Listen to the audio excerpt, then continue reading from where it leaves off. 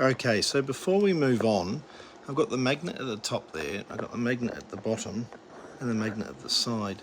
I just wanted to show you the magnetic field. You can see the white, okay, and as I come out further, you can clearly see that. Right, so just take a screenshot of that if you like, if you want to compare it. Okay, I'll take these off.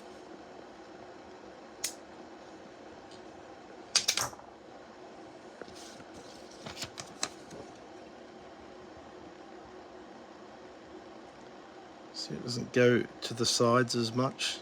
So the pickup